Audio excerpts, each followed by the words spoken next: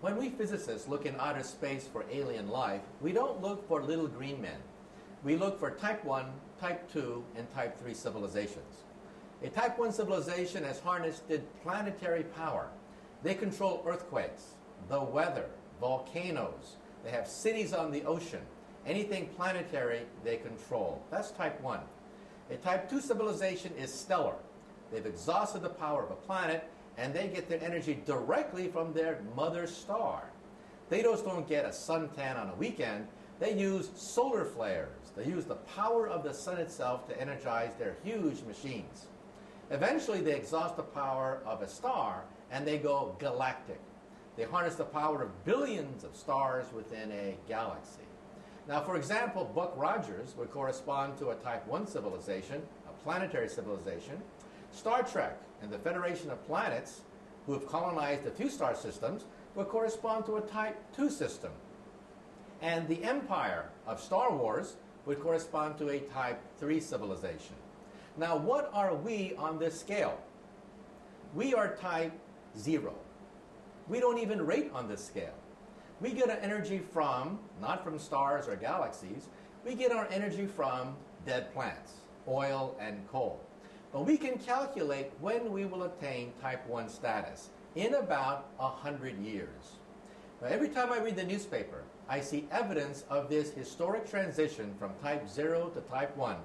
And I am privileged to be alive in the most important era in the history of the human race, the transition from type 0 to type 1. I read the newspaper, and I see evidence of this everywhere. What is the European Union? The European Union has been formed to oppose NAFTA, that is, the United States, Canada, and Mexico. But why? Because we're seeing the beginnings of a type 1 economy. Huge planetary trading blocks are the beginnings of a type 1 economy. And what language will this type 1 economy speak? Everywhere I go around the world, I find that the elites all speak English as a second language. In the future, the planet Earth will be like that.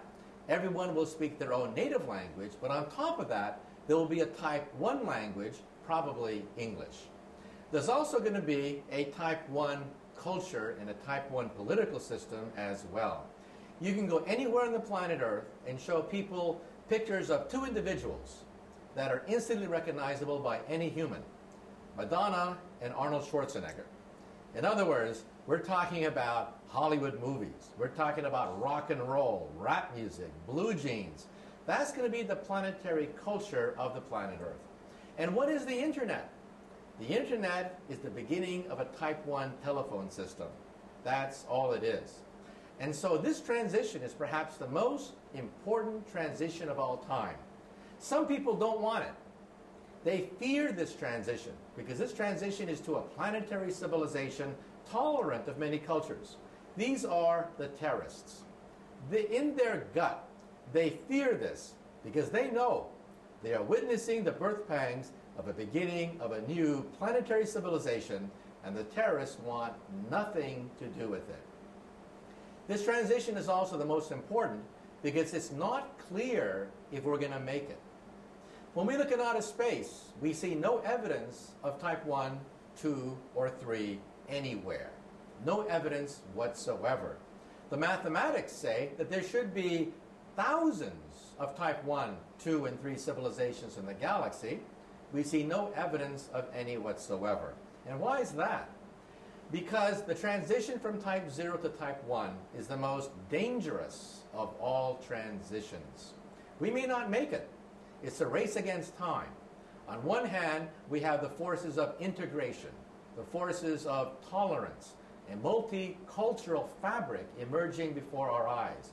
On the other hand, we have weapons of mass destruction, germ warfare, nuclear warfare, also the rise of international terrorism.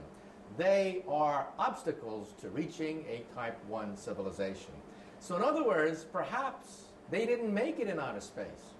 If one day we have starships and visit other star systems, perhaps we'll find planets whose atmospheres are irradiated or whose atmospheres are too hot to bear life because they did not make the transition from type 0 to type 1. Now, by the time you're type 2, you are immortal. Nothing known to science can destroy a type 2 civilization. Even a supernova cannot destroy a type 2 civilization. They'll either move their home planet or they'll simply stop the nuclear fires from exploding. And by the time a civilization becomes galactic, they may in fact have the ability to control the fate of the galaxy itself. By the way, if you're type 3, you will explore the galaxy not by sending Captain Kirk on an Enterprise hopping from star system to star system. That would take millions of years to explore the Milky Way galaxy. The way you do it is you would create a robot, have the robot land on a moon, it would create a factory. It would make millions of copies of itself on this moon, which is quite stable, and send these to other moons. Then each of these would create another factory. Starting with one robot, you would have a million, then a million million, and a million million million, until you had a sphere expanding near the speed of light, containing trillions of these robots. They would land on a moon and simply wait. Wait for a type 0 civilization to become type 1. Now, where have you seen that before? This is the basis of the movie 2001. The movie 2001 is perhaps the most authentic rendition of the encounter of a type 0 civilization with a type 3 civilization. Now, at the beginning of the movie, Stanley Kubrick interviewed many leading astronomers and scientists, and we laid out this scenario, that the most efficient way to colonize a galaxy is to send robots, have them land on the moon, and create a factory, and then they would shoot out and colonize other moons. But at the last minute, Kubrick cut the first 5 minutes of his own film, and the film became super mystical. But the next time you see that movie, realize that the monolith on the moon is perhaps a remnant of a passing type 3 civilization waiting for our type 0 civilization to become type 1.